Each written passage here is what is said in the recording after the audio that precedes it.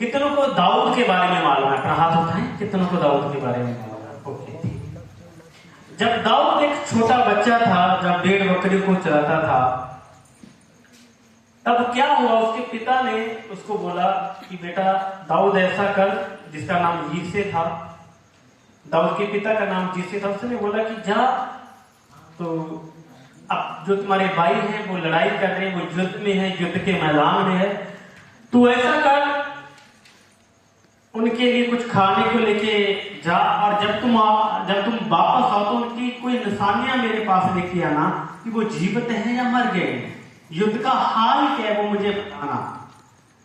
दाऊद ने क्या कि अपनी भेड़ बकरी किसी चरवाहे को सौंप दी और वो दूसरे दिन युद्ध की ओर रवाना हो गया। मतलब वो चला गया जहां उसके भाई थे।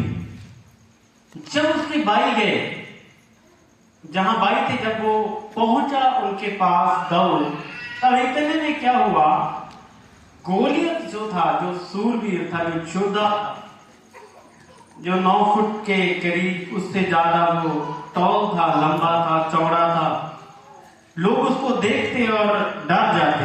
परमेश्वर के लोग भी इसको देख के डरते जब वो ललकार था।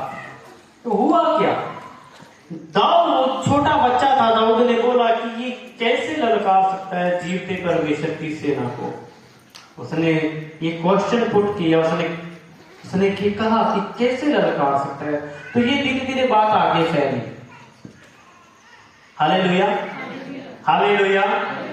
धीरे धीरे बात आगे फैली और इतने में क्या हुआ, राजा को पास पहुंची कि एक बच्चा है जो इस लड़ाई से, जो गोलियत है उसके साथ लड़ना चाहता है। तो राजा ने उसको बुलाया कि देख, यहां कोई नहीं है उसके साथ मुकाबला करने के लिए, मैं भी इतना लंबा हूं, मुझे भी डर लगता है उसके पास जाने से। जब वो ललकारता तो इजरायली लोग पीछे हट जाते थे। 40 दिन ऐसा होता रहा। तो दाऊद ने बोला कि मैं उस परमेश्वर की, जीवते परमेश्वर की पूजा करता हूं, मैं आराधना करता हूं। क्या करता हूं? आराधना करता हूं। और परमेश्वर ने मेरे द्वारा सिंह और बालू दोनों को फाड़ा है, शेर को और बालू दोनों को फाड़ दिया, मार दिया। जब वो मेरे भेड़ के बच्चे को चुरा के लेके जाते तो मैं पीछे भागता और उनको पकड़ता। किसको? शेर को पकड़ लेता था, बालू को पकड़ लेता और उनको क्या करता था? मार देता। तो ये भी बोला कुछ नहीं है। Hallelujah, hallelujah. तब उसने जाके गोलियत को क्या कर दिया? बोलो, मार दिया। तो मेरे कहने का मतलब आज ये है कि भीड़ जो है, ये नहीं है कि यहां लाखों की या हजारों की भीड़ है, वहां परमेश्वर की आराधना सच्ची रीति से होती है। ये नहीं, ये टीवी पे या और चीजों पे दिखाया जाता है। अगर आप बाइबल को अच्छी रीति से रीड करते हो, अध्ययन करते हो, तो परमेश्वर खुद ये बोलता है, प्रभु यीशु खुद बोलता है, हे छोटे जन, तू क्या कर, मत डर। पिता को यह पाया कि वो राज्य तुझे दे। Hallelujah, hallelujah. ध्यान से सुनना, मैं आज आपको कुछ कहना चाहता हूं। हमें कई बार लगता है कि बड़ी बड़ी सभाओं में, बड़ी बड़ी कलीसियाओं में वहां ज्यादा अभिषेक होता है, वहां ये होता है, बहुत होता है। ऐसा कुछ नहीं है।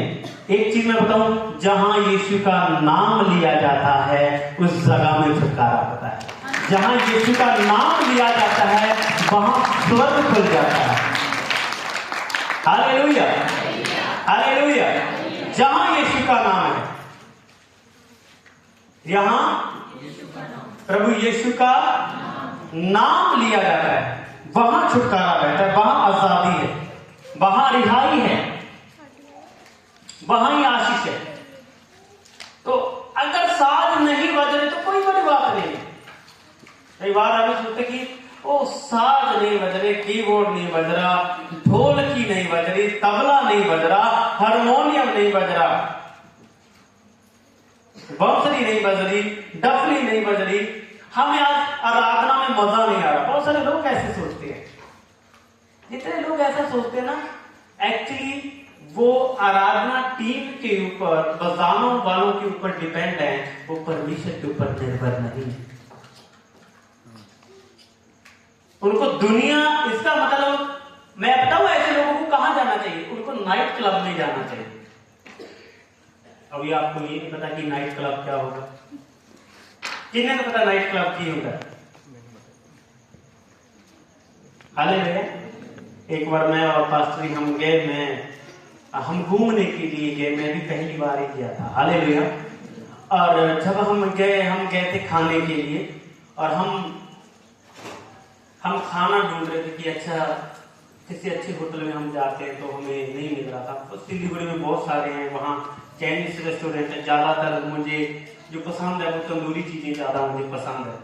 तो हम ऐसे ढूंढ रहे थे, वो बोले ठीक है आप पंजाबी हो तो हम मुझे पता है कि आपको कैसा खाना पसंद है, हम ढूंढ रहे थे। एक्चुअली ढूंढते हम कहाँ चले गए, ऊपर मुझे नहीं पता था, वहां लिखा हुआ था, वहां 3 चीजें थी उस फ्लोर में, और जो बीच वाला था उसमें नाइट क्लब था, उसमें भी खाने की चीजें थी और ड्रिंक वगैरह चल रही थी। लेकिन जब हम उसके एंटर हुए तो इतना ज्यादा सौंफ था, इतना सौंफ था और दक दक कर रहा था, मतलब दिल तक लग गया करना, इतनी ज्यादा भीड़ थी। और मैंने बोला वहां लड़कियां भी डांस कर रही लड़कों के साथ, और दूसरा वहां मैंने क्या देखा, बुढ़िया भी, आप बिलीव नहीं करोगे इतना श्रृंगार उन्होंने लगाया, बुढ़िया भी गल कर रहे हैं अपनी फैमिली के साथ वो आए। मैंने बोला पास्टर बोला सुना कहाँ पे आ गए ये वही उसने बोला मुझे भी नहीं पता। बोले ये तो आगे जब असि देखा वो ड्रिंक पर और लड़कियां पी रही हैं, लड़के पी रहे हैं, छोटे छोटे से पैक बना के उठे वो दे रहे थे। और मैंने बोला मुझे जहां से जल्दी से निकालो, और जल्दी से, नहीं तो मुझे लगता है मुझे अटैक आ जाएगा। सच बता रहा हूँ इतनी ज्यादा, और बुढ़िया नाच रहे जो तो पौड़ी तो उतरे हाय सीरियस मैं सिर की गल कर रहे हैं। और मैंने देखा उस जगह में शैतान को खुश करते हुए। अगर आपको गिटार चाहिए, ये सब चीजें चाहिए, तो एक ही जगह है जहां वो हो सकते, पर बाद में उन बुढ़ियों की तरह हाय हाय करेंगे। हालेलुया। सच्ची आराधना ऐसी नहीं है। सच्ची आराधना कैसी हो मैं आपको बताना चाहता हूँ। सच्ची आराधना ये है, म्यूजिक है या नहीं है, साथ बज रहे या नहीं है, आपका दिल, आपका आत्मा, आपका प्राण परमेश्वर की बड़ाई कर रहा है, उसको सच्ची आराधना बोलते हैं। उसको सच्ची आराधना बोलते हैं। जहां पिता खुश हो, जहां परमेश्वर खुश हो जाए कि ओ ये मेरी बेटी गा रही है, उसका ध्यान मेरी ओर है, ये मेरा बेटा गा रहा है, उसका ध्यान मेरी ओर है। दाऊद को क्यों चुना परमेश्वर ने? उसका एक रीजन था।